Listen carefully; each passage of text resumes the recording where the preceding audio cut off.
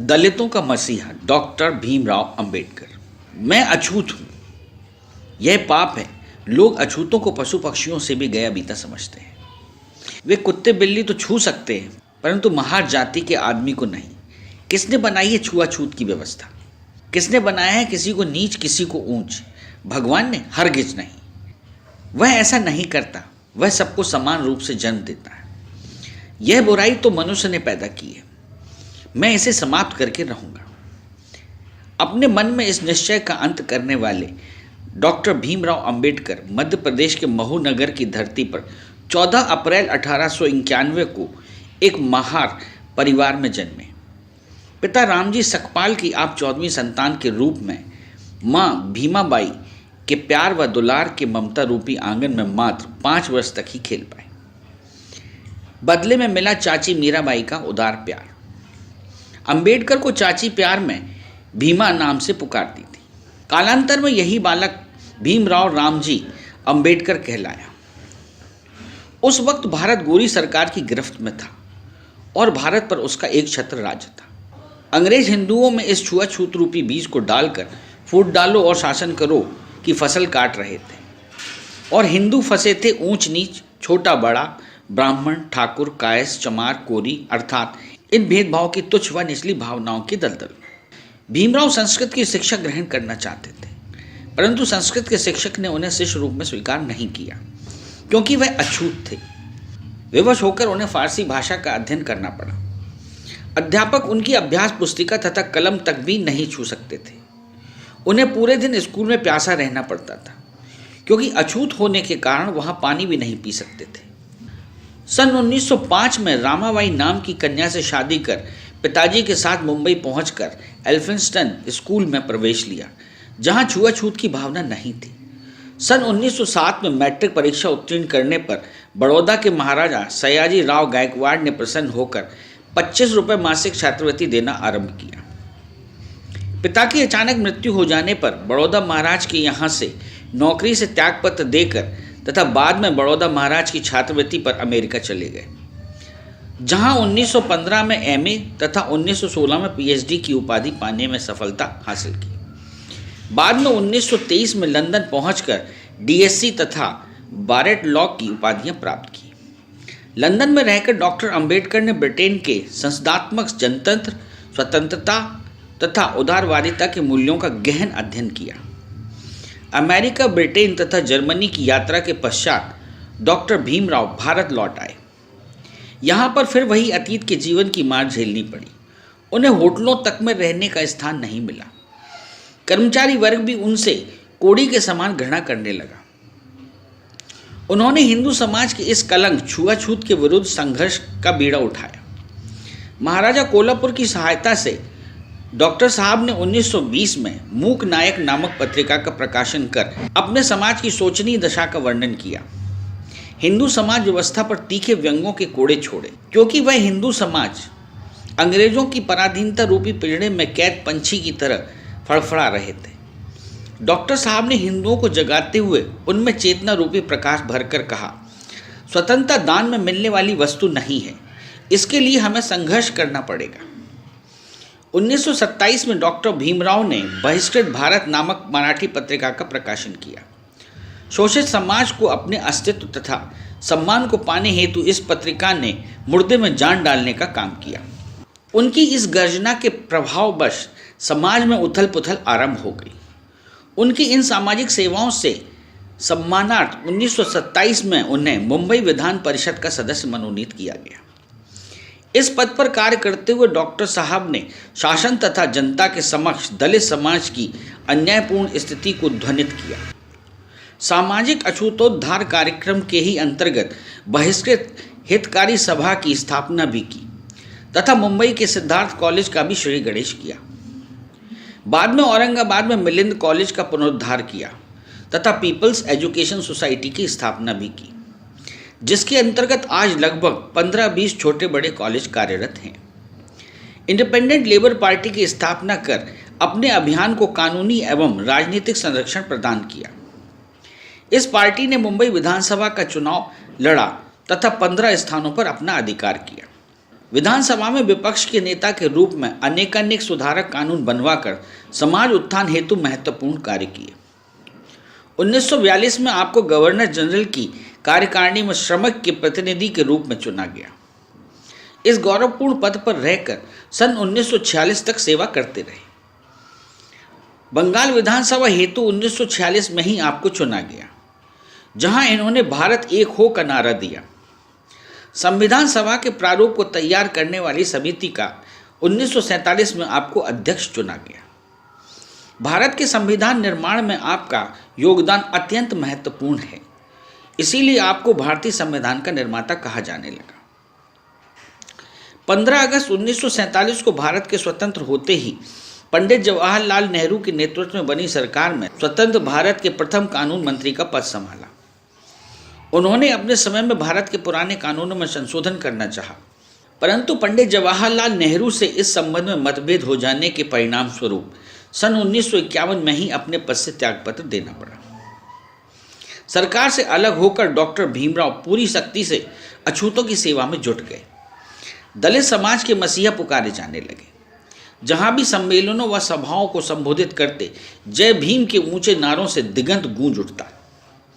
पंडित जवाहरलाल नेहरू की सरकार से त्यागपत्र तो क्या दिया, उन्हें अभागे हिंदुओं को एक सबक दिया, जिनकी रग रग में छुआछूत व नफरत का विष समाया हुआ था। उनकी मान्यता थी कि इस धरा पर ना कोई ऊंचा है ना कोई नीचा है, तब छुआछूत और नफरत ये शब्द कहाँ से आए। 5 जून 1952 को कोलंबिया विश्वविद्यालय ने एक विशेष दीक्षांत समारोह में विधि ज्ञान के सम्मानार्थ उन्हें LL.D की उपाधि देकर विभूषित किया तथा इन शब्दों में उनके प्रति सम्मान व्यक्त किया। डॉक्टर भीमराव भारत के ही नहीं, विश्व के महान नागरिक हैं। वह एक महान समाज सुधारक होने के साथ साथ महान मानवतावादी तथा मानव अधिकारों के संबल पक्षधर भी हैं। अछूतों का इतिहास, शूद्र कौन थे नामक पुस्तक में वर्णित है। भाषाई राज्यों पर विचार उनकी दूसरी पुस्तक सन 1955 में प्रकाशित हुई। डॉक्टर अंबेडकर हिंदू धर्म ही नहीं, वह किसी भी धर्म के विरोधी नहीं थे। धर्म मनुष्य के लिए आवश्यक है, यह वह स्वयं मानते थे। उनकी लड़ाई हिंदू धर्म से नहीं, लड़ाई तो छुआछूत और नफरत से थी, जिनसे स्वयं मनुष्य ने अन्य वर्गों की तुलना में अपने को ऊंचा और श्रेष्ठ होने का दावा किया है। इन शब्दों का धर्म में कोई स्थान नहीं, यह तो मनुष्य ने स्वयं धर्म के नाम पर किए हैं। डॉक्टर अंबेडकर द्वारा निर्धारित धर्म के लक्षण वस्तुतः सर्वधर्म समभाव का प्रारूप प्रस्तुत करते हैं। धर्म नैतिकता की दृष्टि से प्रत्येक धर्म का मान्य सिद्धांत है। धर्म बौद्धिकता पर टिका होना चाहिए, जिसे दूसरे शब्दों में विज्ञान कहा जा सकता है। इसके नैतिक नियमों में स्वतंत्रता, समानता और भ्रातृत्व भाव का समावेश हो। जब तक सामाजिक स्तर पर धर्म में ये 3 गुण विद्यमान नहीं होंगे, धर्म का विनाश हो जाएगा। धर्म को दरिद्रता को प्रोत्साहित नहीं करना चाहिए। उनके अनुसार हिंदू जिसे धर्म कहते हैं, वह धार्मिक और निषेधों का पुलिंदा है। उनका स्पष्ट मत था कि नियमबद्ध धर्म के स्थान पर सिद्धांतों का धर्म होना चाहिए। डॉक्टर भीमराव अंबेडकर ने बौद्ध धर्म को इसलिए पसंद किया कि वह समानता पर आधारित धर्म है। सन 1949 में नेपाल काठमांडू में आयोजित विश्व बौद्ध सम्मेलन में बौद्ध धर्म तथा मार्क्सवाद पर भाषण दिया। 1951 में स्वयं भारतीय बुद्ध जनसंघ की स्थापना की तथा बुद्ध उपासना पंथ नामक पुस्तक का संपादन किया। सन 1954 में वर्मा रंगून में आयोजित विश्व बौद्ध सम्मेलन में भारतीय प्रतिनिधि के रूप में भाग लिया तथा 1955 में भारतीय बुद्ध महासभा की स्थापना की। 14 अक्टूबर 1956 को डॉक्टर अंबेडकर ने बौद्ध धर्म को स्वीकार कर लिया तथा इसी वर्ष 1956 में काठमांडू में आयोजित विश्व बौद्ध सम्मेलन में उन्हें नव बुद्ध की उपाधि से सम्मानित किया गया। इसी समय शूद्र वर्ग के एक समुदाय ने बौद्ध धर्म में धर्मांतरण किया। विश्व का चहेता यह महामानव 6 दिसंबर 1956 को महाप्रयाण की ओर प्रस्थान कर गया। भारत रत्न से सम्मानित डॉक्टर भीमराव अंबेडकर को एक विश्व स्तरीय विधिवेत्ता, दलित राजनेता और भारतीय संविधान के मुख्य शिल्पकार के रूप में जाना जाता है। लेकिन उनसे जुड़ी हुई कुछ ऐसी बातें हैं जिससे ज़्यादातर लोग अनजान हैं। उनसे जुड़े कुछ तथ्य इस प्रकार। डॉक्टर अंबेडकर अपने माता पिता की 14वीं और आखिरी संतान थे। अंबेडकर का वास्तविक सरनेम अंबावडेकर था, लेकिन उनके शिक्षक महादेव अंबेडकर, जो उन्हें बहुत मानते थे, ने स्कूल रिकॉर्ड्स में उनका नाम अंबावडेकर के स्थान पर अंबेडकर कर दिया। अंबेडकर विदेश जाकर अर्थशास्त्र में डॉक्टरेट की डिग्री हासिल करने वाले पहले भारतीय थे। भारतीय तिरंगे में अशोक चक्र को जगह देने का श्रेय भी डॉक्टर बाबा साहब भीमराव अंबेडकर को जाता है। मध्य प्रदेश और बिहार के बेहतर विकास के लिए बाबा साहब ने 50 के दशक में ही विभाजन का प्रस्ताव रखा था, पर सन 2000 में जाकर ही इनका विभाजन कर छत्तीसगढ़ और झारखंड का गठन किया गया। बाबा साहब के निजी पुस्तकालय राजगृह में 50,000 से भी अधिक उनकी किताबें थीं और यह विश्व का सबसे बड़ा निजी पुस्तकालय था। बाबा साहब द्वारा लिखी गई पुस्तक waiting for a visa Columbia विश्वविद्यालय में टेक्स्ट बुक है। कोलंबिया विश्वविद्यालय ने 2004 में विश्व के शीर्ष 100 विद्वानों की सूची बनाई थी और उसमें पहला नाम डॉक्टर भीमराव अंबेडकर का था। अंबेडकर कुल 64 विषयों में मास्टर थे। वे हिंदी, पाली, संस्कृत, अंग्रेजी, फ्रेंच, जर्मन, मराठी, पर्शियन और गुजराती जैसे 9 भाषाओं के जानकार थे। इसके अलावा उन्होंने लगभग 21 साल तक विश्व के सभी धर्मों की तुलनात्मक रूप से पढ़ाई की थी। दुनिया में सबसे अधिक स्टैचू बाबा साहब के ही हैं। वर्तमान में जिस विमुद्रीकरण की चर्चा चारों तरफ हो रही है, उसके बारे में बाबा साहब अंबेडकर ने अपनी किताब द प्रॉब्लम ऑफ रूपी, its origin and it's solution में कई सुझाव दिए हैं। उन्होंने अपनी किताब में वर्णन किया है कि अगर किसी देश में काला धन और जाली नोटों को समाप्त करना हो तो हर 10 वर्ष बाद उस देश की करेंसी का विमुद्रीकरण कर देना चाहिए। सच्चे अर्थों में डॉक्टर अंबेडकर एक महामानव, सच्चे देशभक्त और महान मानवतावादी थे। आज भारतीय उन्हें मात्र दलितों का मसीहा, शोषितों का मसीहा कहकर डॉक्टर अंबेडकर के ही नहीं, भारत के विस्तृत व महान व्यक्तित्व को संकुचित करते हैं।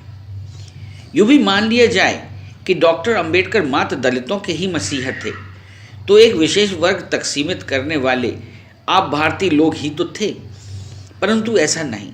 ऐसा करना मात्र डॉक्टर साहब के व्यक्तित्व क्षेत्र को सीमित करना ही नहीं, भारतीय संस्कृति की महान विरासत, जिन भारतीय सपूतों की प्रेरणा तथा वाणी का अमृत पिए हुए है, उस क्षेत्र को संकुचित करना है। डॉक्टर अंबेडकर उस समय भारत की उस प्रथम पंक्ति के सेनानी थे जब भारत गोरों का गुलाम था। उन्हें मात्र एक समाज की धरोहर कहकर अथवा उनके नाम का उपयोग मात्र वोट की राजनीति के लिए करना एक राजनीतिक चाल ही कही जाएगी। वस्तुतः उस महापुरुष की पहचान नहीं, निश्चय ही वह एक समाज के प्रेरक थे। उनका दर्शन सामाजिक चिंतन पर ही आधारित था। सामाजिक समानता, मौलिक अधिकार, मानवीय न्याय, समाजवाद तथा देश की एकता के लिए संघर्ष के पथ में उन्होंने अपने प्राणों की आहुति भी दी। जब कभी भी उनकी पुण्यतिथि आए तब सच्ची श्रद्धांजलि मात्र नाम पुकार कर नहीं, बल्कि उनके काम को भारतीय समाज में व्यवहारिक रूप देने में होगी।